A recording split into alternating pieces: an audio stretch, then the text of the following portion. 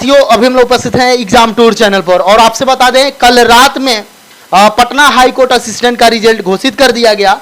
लगभग 7,000 प्लस अभ्यर्थी का रिजल्ट हुआ है। यानी अब सिविल कोर्ट वाले अभ्यर्थी भी कह रहे हैं कि 1 साल पूरा होने वाला है और इनसे पहले हम लोग का फॉर्म भराया, लेकिन अभी तक एग्जाम डेट को लेकर कोई भी संशय बना हुआ है। किसी भी तरह का कोई अभी तक नोटिस नहीं है।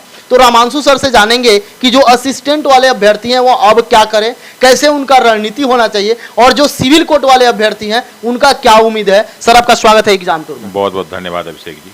सर रिजल्ट तो आ चुका, कट ऑफ बहुत सारे लोग बता रहे थे बहुत अधिक, लेकिन कट ऑफ सही रहा। जिस तरीका से अभ्यर्थी बनाए थे जेन्युइन कट ऑफ रहा और 7300 प्लस रिजल्ट है, 7400 के आसपास। सर अब ये अभ्यर्थी क्या करें? देखिए अब जैसे कि आपसे पहले मेरी बात हुई थी कि जब रिजल्ट देगा तो फिर बिल्कुल टाइम आपको नहीं देगा। टाइम नहीं देगा? बिल्कुल, पिछले बार भी ऐसा ही हुआ था, 16 दिन बाद एग्जाम हो गया था। मात्र 16 दिन? हाँ, तो इस बार भी जो है समय चूंकि कम दिया है, इसीलिए मैं बच्चों से शुरू से कहता रहा कि भाई आप लोग तैयारी करते रहिए और बिल्कुल तैयारी छोड़िए मत। अभी कुछ दिन पहले भी मैंने वीडियो बना के आप लोग को बताया था कि लगभग 1 हफ्ते में रिजल्ट आने की संभावना है।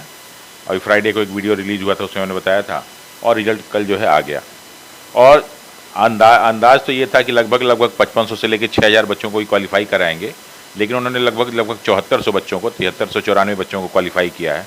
तो ये बच्चों के लिए बहुत अच्छी बात है, लगभग 14 गुना के आसपास। और एग्ज़ाम भी 13 अगस्त को ले लेंगे, तो अब समय बहुत कम बचा है। और चूँकि मालूम है कि मेंस में जो है इंग्लिश और हिंदी दोनों पूछा जाना है, 60 नंबर का इंग्लिश और 40 नंबर का हिंदी। जो 60 नंबर का इंग्लिश और 40 नंबर का हिंदी पूछा जाना है, उसमें एक जो मेजर पोर्शन है वो सब्जेक्टिव का है, जिसमें आपको एसे लिखना है, जिसमें आपको प्रेस राइटिंग लिखना है, जिसमें आपको लेटर लिखना है, लोकोक्तियाँ मुहावरे हैं।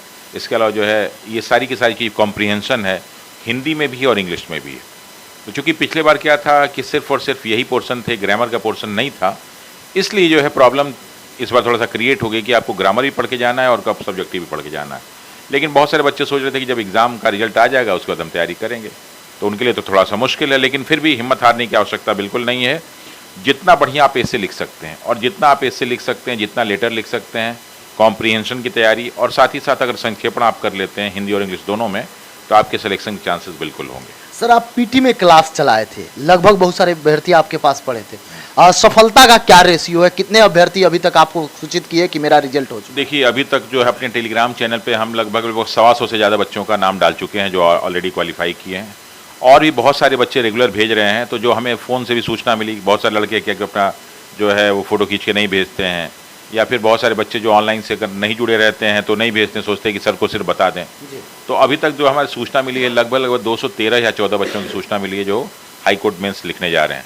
इसके अलावा भी जो हम लोग के बैच के बच्चे, हमें लगता है कि कम से कम 400 से लेकर 500 बच्चे जो हैं टोटल मिला के हैं जो हाई कोर्ट मेंस का एग्ज़ाम देने वाले हैं हम लोग के साथ। हाँ बिल्कुल सर, हाई कोर्ट अब चल रहा है, रिजल्ट भी आ गया सब कुछ, लेकिन सिविल कोर्ट वाले जो अभ्यर्थी हैं साफ हतोत्साहित हो गए हैं, क्योंकि कोई ऐसा नोटिस नहीं है। एक डेट भी मिल जाता कि 2 माह बाद होगा या 1 साल बाद होगा या 6 माह बाद होता। उनके लिए सर आप क्या कहिएगा? देखिए उनके लिए कमेटी तो बना दी गई थी, लेकिन कमेटी अभी डिस्कशन नहीं कर पा रही है चीज़ों को लेके, जो है बहुत सारी बातें नहीं हो पा रही हैं। तो बीच में जो कई बार यूट्यूबर लोग ही डेट डाल देते हैं, खैर वो सही नहीं है, इसीलिए मैं अनावश्यक कोई वीडियो उस पर नहीं बनाता। अब चूंकि क्या है कि हाई कोर्ट का मेंस 13 अगस्त को हो जाएगा, सीटें 550 हैं फिर, लेकिन चूंकि मेंस का है तो कॉपी चेक करने में थोड़ा सा टाइम लगेगा।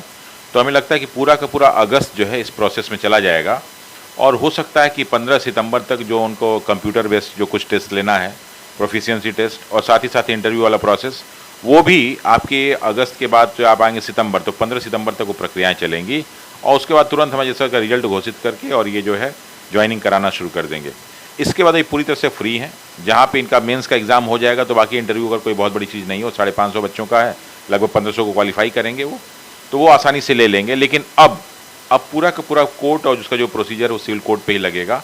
तो मुझे लगता है कि आपको अगस्त के लास्ट तक आते आते अनाउंसमेंट हो जाएगा कि डेट एग्ज़ाम की कब होगी। मतलब 1 माह अभी भी इंतजार, 1 माह आपको कम से कम इंतजार करना पड़ेगा, वो भी तब अगर ये जो है प्रोसेस शुरू कर देते हैं तब। लेकिन मुझे लगता है कि प्रोसेस बिल्कुल शुरू करेंगे और अगस्त के लास्ट तक आपके सिविल कोर्ट की डेट की आने की संभावना, मतलब डेट एग्ज़ाम कब होगा उसकी संभावना होगी, ये नहीं कि अगस्त में एग्ज़ाम होने जा रहा है, ये आपको होगा। सर बहुत सारे अभ्यर्थी उम्मीद किए थे कि मेरा भी रिजल्ट होगा, लेकिन उनका कुछ अंकों से रिजल्ट नहीं हुआ, और वो अभ्यर्थी सिविल कोर्ट भी भरे हुए हैं, तो उनको अब क्या करना चाहिए?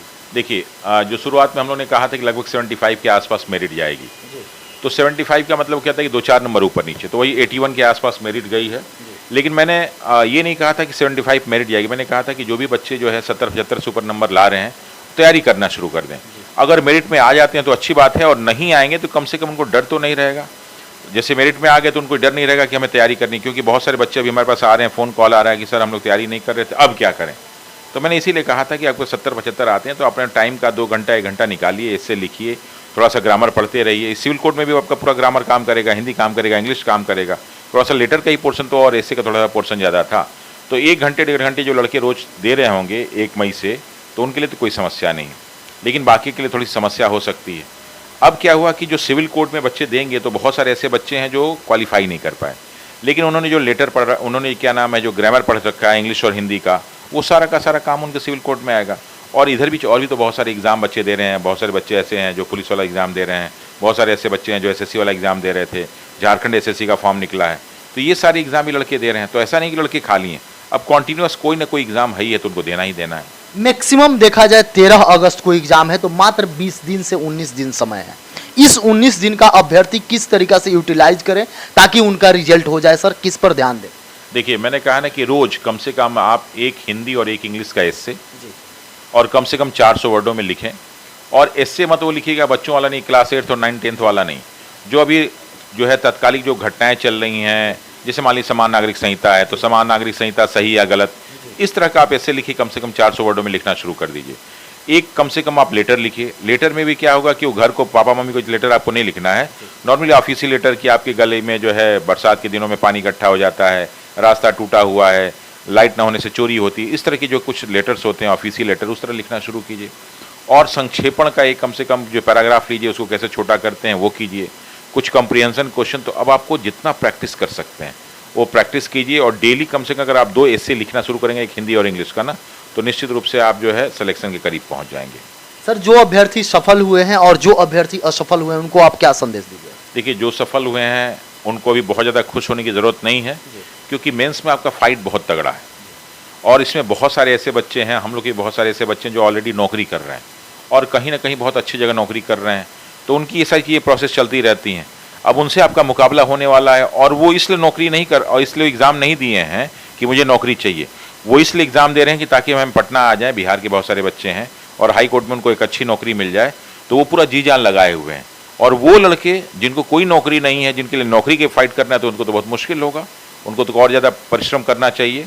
तो अच्छी बात है, जितने लोग क्वालिफाई कर गए हैं उन लोगों को परिश्रम को अधिक से अधिक बढ़ाएं, और इस 20 दिन को मान लें कि कोई ना रिश्तेदार, ना कोई नातेदार, ना दिन ना रात, जितना मेहनत कर सकते हैं, और मेहनत आपको लिखने पे करना है, जितना लिख सकते हैं, एकदम हाथ को जो है वो फरारी कार बना दीजिए कि एकदम तेज़ी से लिखें, ताकि वो लोग जो है अच्छा एग्जाम में परफॉर्म कर पाएँ, क्योंकि बहुत सारे लोगों का हो सकता है पेपर छूटे। और दूसरा क्या है कि जो लड़के क्वालिफाई नहीं कर पाए हैं, तो देखिए एग्ज़ाम में अगर देंगे तो सफलता असफलता दोनों हाथ लगेगी। हाँ, बहुत सारे बच्चों के नंबर भी जो है क्वालिफाइंग नंबर से ऊपर आए फिर भी नहीं हुआ है, तो ये भी कुछ समस्याएं हैं बच्चों के साथ। लेकिन हाई कोर्ट ने शुरू में ही कह दिया था कि कोई भी आपकी गलती होगी तो ना आपको फॉर्म में सुधारने को मिलेगा, ना यहाँ कहीं सुधारने को मिलेगा। तो कहीं ना कहीं आपने गलती की है, और अगर आपको लगता है कि आपने गलती नहीं की है, तो फिर आप RTI डाल के या कोर्ट में जाके अपने प्रोसीजर को कह सकते हैं कि मेरी कॉपी फिर से चेक की जाए। लेकिन उसके लिए भी कोई प्रोसीजर उन्होंने दिया नहीं है, तो आपको कहीं ना कहीं RTI डालना पड़ेगा, और कोर्ट इतने आसानी से RTI का जवाब देता नहीं।